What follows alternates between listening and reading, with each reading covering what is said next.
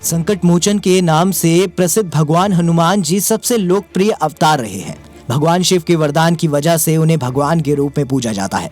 हनुमान जी बल, बुद्धि, युक्ति, ज्ञान में सबसे अव्वल थे। हनुमान जी की भक्ति अपने प्रभु श्री राम को लेकर जो है उससे पूरा संसार अवगत है। लेकिन पुराणों में कथा का वर्णन मिलता है जब हनुमान जी ने सुदर्शन चक्र को खा लिया था।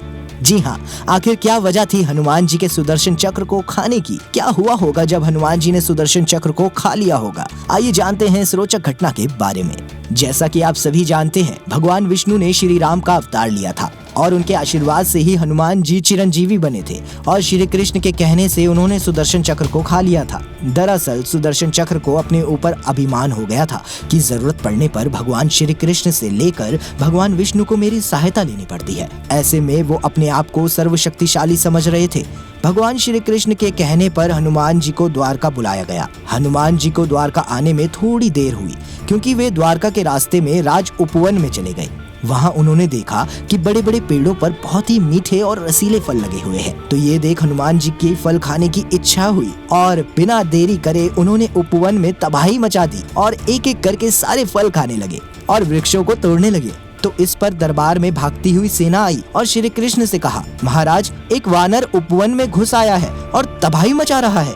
तब श्री कृष्ण ने सेनापति को कहा कि तुम जाओ और उस हनुमान वानर से कहो कि उन्हें स्वयं श्री राम बुला रहे हैं। इधर श्री कृष्ण ने सुदर्शन चक्र को आज्ञा दे डाली कि तुम जाओ, द्वार की रखवाली करो और किसी को अंदर आने नहीं देना और अगर कोई आए तो उसका वध कर देना।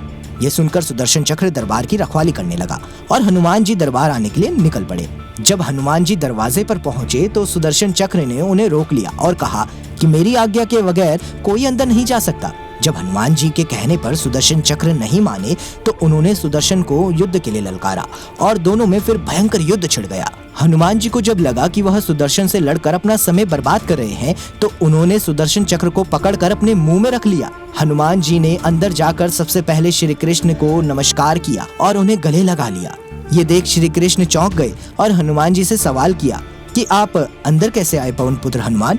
इसका जवाब देते हुए हनुमान जी बोले कि भगवान, सुदर्शन चक्र मुझे अंदर आने के लिए रोक रहा था, लेकिन फिर मैंने उससे उलझना सही नहीं समझकर उसे मुंह में दबा लिया।